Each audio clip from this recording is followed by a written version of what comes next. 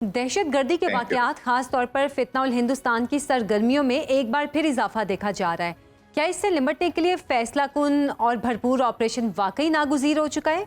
जी देखिए आयशा, ऑपरेशन तो जारी है जी। ऑफ कोर्स नागुज़ीर तो बिल्कुल हो चुका है। न सिर्फ ऑपरेशन बल्कि हमें पूरा अपनी जो पॉलिसी है दहशतगर्दी के खिलाफ, और ख़ास तौर पे अब ये जब एप्लीकेशन हुई है फितना अल हिंदुस्तान जब से बना है, और ये जो प्रॉक्सी की और स्टेट स्पॉन्सर्ड टेररिज्म और प्रॉक्सी का जो मिक्स इंडिया की तरफ से पाकिस्तान के ऊपर प्रोक्लेम्ड तरीके से अप्लाई किया गया है, आई थिंक हमें अभी पूरी एक स्ट्रेटजी बनानी होगी। इस पे काइनेटिक्स भी शामिल है, पॉलिटिक्स भी शामिल है, सोशल जो भी चीजें हैं, पूरा एक होलसम पैकेज हमें बनाना पड़ेगा to deal with this business, क्योंकि अब तो ये प्रोटेक्टेड रहेगी। उसकी वजह यह है कि जो हिंदुत्व का जो माइंड सेट है, जो सेफ्रनाइज्ड एप्लीकेशन है, वो इतनी बड़े तरीके पर पाकिस्तान के खिलाफ हो चुकी है, और ये बदरू मोदी से निकलेगी, कल डोवल में जाएगी, डोवल से निकलेगी, कल किसी और में चली जाएगी। तो ये एक लॉन्ग टर्म एक स्ट्रेटजी हमें बनानी होगी, और इमीडिएट एक्शन के तौर पे तो ऑफ कोर्स हमें काइनेटिक्स के साथ साथ, प्रिसीजन काइनेटिक्स के साथ साथ जो अपनी ऑपरेशनल चीजें हैं उनको भी इंप्रूव करना होगा, और उसके साथ साथ जो पॉलिटिकल इकोनॉमिक फील्ड में जो हमने काम करना है, खास तौर पे वो उन एरियाज में जहां से ये ब्रीडिंग ग्राउंड्स इनको मिल रहे हैं, या जो टीटीपी के गढ़ हैं, या जो आप बलूचिस्तान में ये जो गढ़ हैं, या जो स्पोर्टर्स हैं, अबेटर्स हैं लॉफेयर के नीचे, तो एक होलसम पूरा पैकेज हमें तैयार करके इमीडिएटली उसकी एप्लीकेशन करनी होगी। सही। अच्छा, DGISPR ने अजीत डोवल को पाकिस्तान में दहशतगर्दी का मास्टरमाइंड करार दिया है। यकीनन अजीत डोवल के खिलाफ ठोस सबूत उनके पास होंगे, इसलिए ये बात भी की जा रही है क्या पाकिस्तान को भारतीय मुशीर सलामती के खिलाफ आलमी अदालत से रुजू करना चाहिए, जैसे नेतन्याहू के खिलाफ केस दायर हुआ था? जी बिल्कुल। देखिए, पाकिस्तान को हर उस फोरम पे हर उस इंडिविजुअल को अब सॉर्ट आउट करना होगा, या उसको पॉइंट आउट करना होगा। जो अजीत डोवल तो देखिए उनकी स्पीचेस मौजूद हैं, उन्होंने कन्फेस किया हुआ है। वो अभी मैं परसों एक दो दिन पहले भी उनकी एक स्पीच सुन रहा था, जो वो ऑपरेशन सिंदूर के बाद कर रहे थे।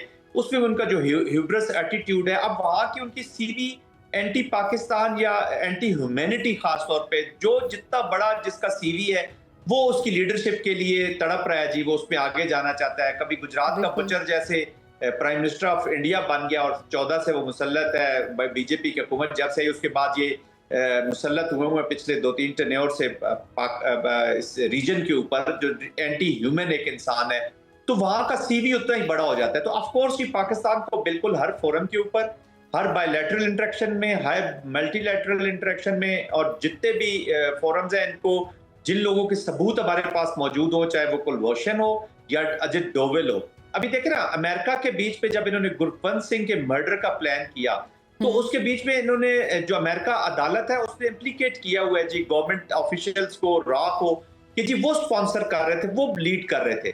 तो अमेरिका की अदालत में आप देख लें, फिर कनाडा का देख लें, फाइव आईज जो वहां की रिपोर्ट है। मैं इसलिए ये बातें कर रहा हूँ, ये एग्जांपल्स कोट कर रहा हूँ कि ये तो अदर देन पाकिस्तान ये चीजें आ रही है। तो इस स्टेट का जो चेहरा है, जब तक इनके इंडिविजुअल्स पिन पॉइंट नहीं होंगे, जो पाकिस्तान के लोगों के खून से खेल रहे हैं, वो इतने आई मीन ह्यूब्रिस हो गए इन देयर अप्रोच, कि वो घमंड के साथ उसको फिर खुशी से बताते भी कि हमने इतने लोग मारे।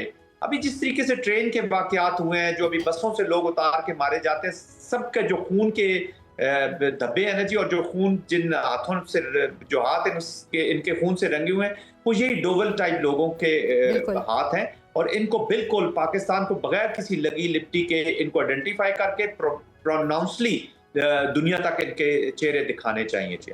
बिल्कुल ठीक है। अच्छा, इसराइल के खिलाफ जंग के दौरान ईरान का मोसाद के अफगानी और जो भारतीय एजेंट्स थे उनके खिलाफ कोई ऑपरेशन उम्दा मिसाल है। क्या पाकिस्तान भारतीय प्रॉक्सीज के खिलाफ इस तरह का कोई इकदाम नहीं उठा सकता? देखिए जी, पाकिस्तान की इंटेलिजेंस एजेंसीज, पाकिस्तान के जो इदारे कौमी सलामती के हैं, वो कॉन्टिन्यूसली एक प्रोसेस के तहत काम कर रहे हैं, और वो ऑलरेडी बहुत सारी चीजें हो रही हैं। एक्चुअली खबरों में शायद इतनी चीजें सामने नजर नहीं आती, बट हैविंग सेड दैट, और बहुत कुछ कर रहे हैं। देखिए ना, हालात बड़े डिफरेंट हैं जी। खासतौर पे बलूचिस्तान में जो हम लास्ट 48 आवर्स से जो हालात देख रहे हैं, दीज आर नॉट गुड। और वो उन्होंने जो कहते हैं ना, ऑपरेशन सिंदूर का एक पॉज है, हम जारी रखेंगे, वो जारी रखा हुआ है जी। उसके बाद बहुत सारी ऐसी चीजें हैं जो एक नई सिचुएशन जन्म ले चुकी है। इंडिया के इस जो पहलगाम की नाकामियां हैं, उस नाकामियों की वजह से और ज्यादा खराबियां पैदा हो रही हैं। तो ये जो हेजमोनिक स्टेट्स होती हैं, जो मेंटली अपने आप को हेजमॉन समझना शुरू कर देती है, जब ये इनके ऑपरेशनल फेलियर्स होते हैं तो वहां पे क्यास और कंफ्यूजन और बहुत ज्यादा फैल जाती है जी। और उसके अलावा फिर अब इन्होंने तो ये बिल्कुल प्रॉक्सी वॉर को जो इंसानियत सोच जो इंसानियत के खिलाफ ये जो वाकयात हो रहे हैं, अब मुसाफिरों को बसों से उतार के मार रहे हैं, मासूम बिल्कुल। बच्चों को मार रहे हैं, टेररिस्ट का लिबादा आप उनको उड़वाना चाहते हैं। जो हवा जो 4-5 साल की हमारी बच्ची थी, इर्तजा जो 6-7 साल का बच्चा था, तो ये एक स्ट्रेटेजिकली कंफ्यूज्ड माइंड, सेफ्रोनाइज्ड सोच के साथ विद हेट बेस्ड आइडियोलॉजी के साथ जब एप्लीकेशन हुई है तो खराबी बहुत बढ़ रही है। इसलिए पाकिस्तान को भी चाहिए कि जितनी बड़ी खराबी हो रही है उसका रिस्पांस भी उतने बड़े लेवल पे जाना चाहिए और इन ऑल डोमेन्स जाना चाहिए, चाहे वो लॉफेयर की चीजें हो, चाहे वो काइनेटिक हो, चाहे वो पॉलिटिक्स हो, चाहे वो इंटेलिजेंस हो, चाहे डिप्लोमेसी हो। इन सब में एक स्पेशल अप्रोच के साथ जाना होगा और लॉन्ग टर्म पॉलिसी अपनानी होगी। ये टाइम की जो छोटे टाइम के लिए हम पॉलिसीज बनाते हैं फिर उसमें गलतियां भी होती हैं तो फिर ये बिनेज खत्म नहीं होती। आई थिंक जो ट्रस्ट डेफिसिट तभी हमारा अफगानिस्तान के साथ, इंडिया के साथ दूर होगा जब ऑन ग्राउंड कंक्रीट को मेजर्स देंगे, वरना आपको एंटी बढ़ाना पड़ेगा जी to bring them to the terms what Pakistan desire. सही। अच्छा सर, दहशतगर्दी के खात्मे के मंसूबे में फौजी इकदाम के अलावा इंतजामी, सियासी, तरक्याती और माशरती सतह पर उठाए जाने वाले इकदाम कितने ज़रूरी हैं? देखिए, मैं ये समझता हूँ आयशा कि जो पाकिस्तान, खासतौर पे बलोचिस्तान और खैबर पख्तूनख्वा के जो हालात हैं, इसमें जो मेजर कंट्रीब्यूटर है वो बैड गवर्नेंस है, बैड मैनेजमेंट है। आई थिंक पाकिस्तान को वीक कह लें, बैड शायद थोड़ा सा सख्त लफ्ज होगा, लेकिन वीक गवर्नेंस, वीक मैनेजमेंट।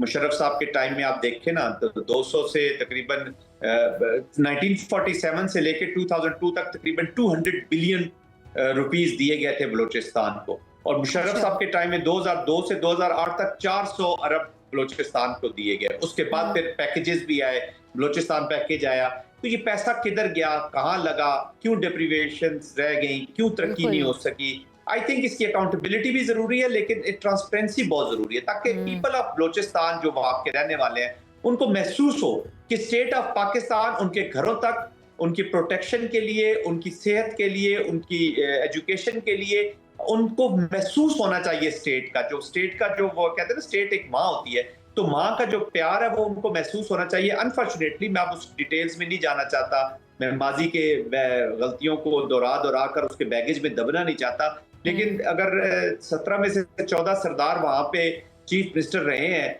और तो उनको चाहिए था कि ये करते। बहरहाल एनीवेज, देर आए दुरुस्त आए। आई थिंक हमें पॉलिटिकली, इकोनॉमिकली, सोशली और ये जो ब्रीडिंग ग्राउंड्स है खास तौर पे जो रेडिकलाइजेशन की तरफ लेकर जाती हैं, जो सबवर्जन की तरफ लेकर जाती हैं, जो इंटरनल मामलात है उनको हमें एड्रेस करना होगा और लॉफेयर के नीचे लाना होगा तमाम लोगों को, स्पेशली जो सपोर्टर्स और अबेटर्स इनसाइड पाकिस्तान बैठे हैं और जो इन हालात से पूरा फायदा उठाते हैं, तो लॉफेयर के नीचे लाएं ताकि ना ये मिसिंग पर्सन के केसेस हों, ना इस तरह की कोई और चीजें हों, ना ये इश्यूज उठे, ना social movements, social disruptive movements बने। इसी पे सर मैं सवाल ये भी करना चाहूंगी, कता कलामी की माजरत, इसी पे मैं ये पूछना चाहूंगी कि तुर्किया के खिलाफ जो लड़ने वाले कुर्द अलहदगी पसंद थे उन्होंने गुज़श्ता दिनों हथियार डाल दिए।